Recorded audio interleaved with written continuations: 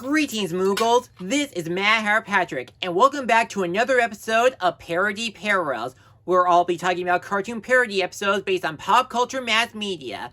Last time, we talked about a TV episode parodying a movie based on a book, but in this one, we're shifting gears to talk about a cartoon satirizing an epic video game series called Final Fantasy.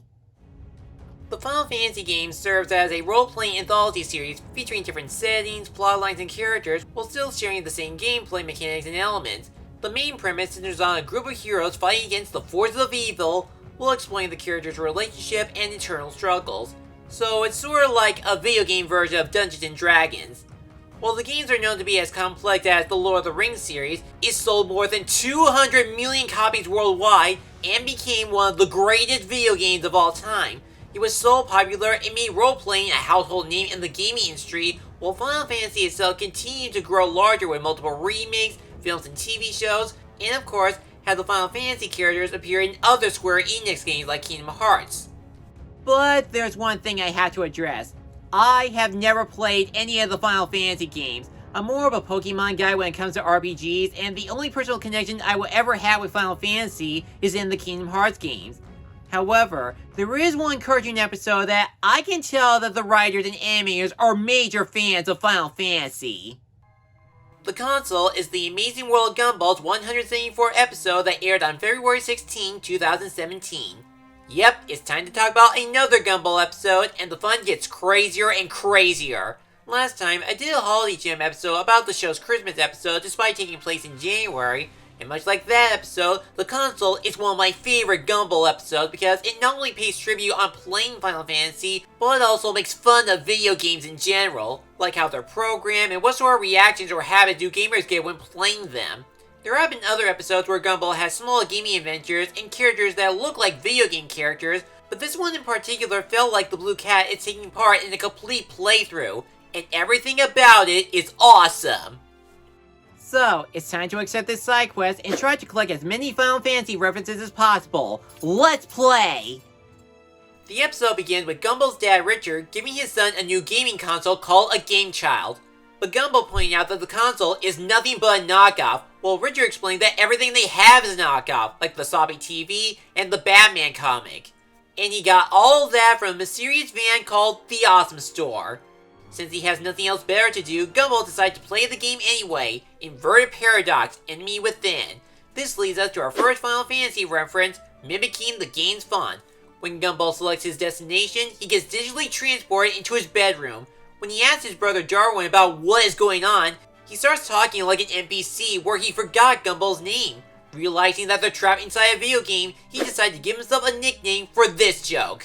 Fabric of the universe was ripped apart by my butt. My butt has made quite a mess. I think Bart Simpson has discovered his new prank call trick. Anais and Darwin join Gumball on his quest, but there's a shrub in the way. But no matter what, my butt can't do anything. He kicks it, and the shrub transforms into an evil plant monster. The battle begins, and Anais uses her science special attack to burn it. This calls for an amazing victory pose and a twist that Leslie was the plant monster because he bought some unusual fertilizer from the Awesome Store! Feeling annoyed by his shouting, Gumball hit him with the dialogue board, even though they could have just walked away to the next level. Gumball went inside the Robinsons' house to gather some things for their quest, but his siblings pointed out that the stuff he's been taking are not part of the game. Mr. Robinson may seem okay with his stuff being taken, but he's crying on the inside. While Gumball tries to customize Anais into a Cloud-esque costume, they bump into his girlfriend Penny being mind-controlled by a cursed cell phone. He tries to calm her down by giving her a VCR, but that knocked her out instantly. Lucky for him, it freed her from the cell phone, and she gave it to her boyfriend so that he can call for some friends in battle. As they search for the Awesome Store, they meet the alligator lady who lost her pigeons all over Elmore. This tedious side quest persuades Gumball to do it anyway because his weakness has my favorite joke in the episode. Tortilla chips and sugary drinks. No! The compulsive need to complete every game to 100%. As someone who has the urge to complete these games entirely, I find this very relatable. Also 10 points for the No Life trophy. As the Warrison kids grow anime hair, they locate Awesome Store! But they're not ready to face it, so Gumball suggests they should do some grinding. A method where players must keep fighting small enemies until they're fully leveled up to fight the big boss. And yes, that is a thing in video games such as Pokemon or Kingdom Hearts. Their plan seemed to be working, but they ran out of enemies to fight, so they just go Undertale and obliterate everyone that enters the park. Now they feel ready to take down the awesome store!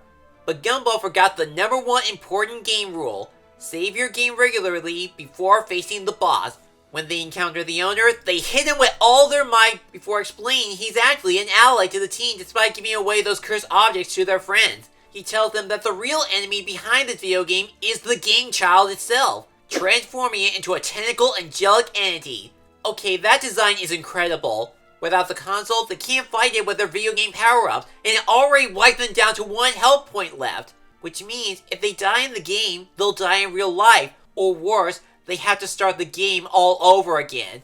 Gumball tried to use the healing potion, but he accidentally gave it to the creature, and they each realized they can use Penny's cell phone to call for help. This epic climax is meant as a reference to a special summon move called Ultimate End. In addition, some of their friends have their own fair share of other Final Fantasy attacks, and each one is cooler than the last. With the console defeated, the Watson kids are back home, but Gumball is upset that he only completed 89% of the game. Despite Darwin's and Annie's objections, he decided to play again to complete everything. Again, very relatable, but after going through the entire episode itself, what's our pop counter's final score? Well, let's find out, shall we?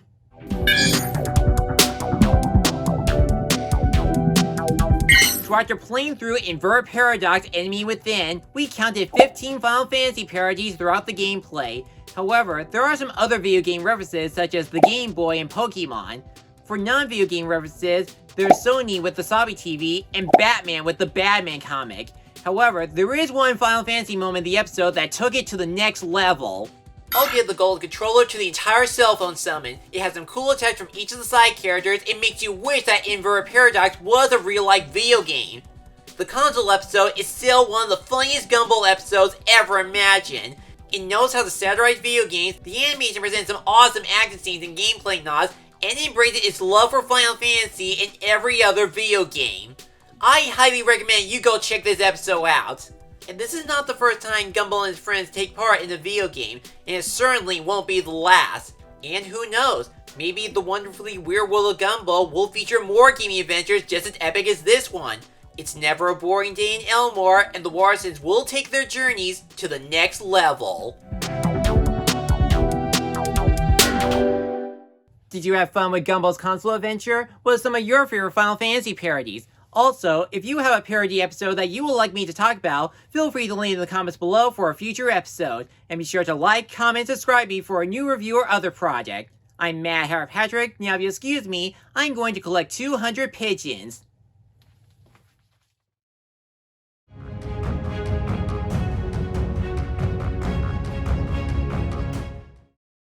Thanks for watching this video. If you enjoyed this, check out these other videos, or feel free to like, comment, and subscribe for more upcoming reviews and other projects. I'll see you soon.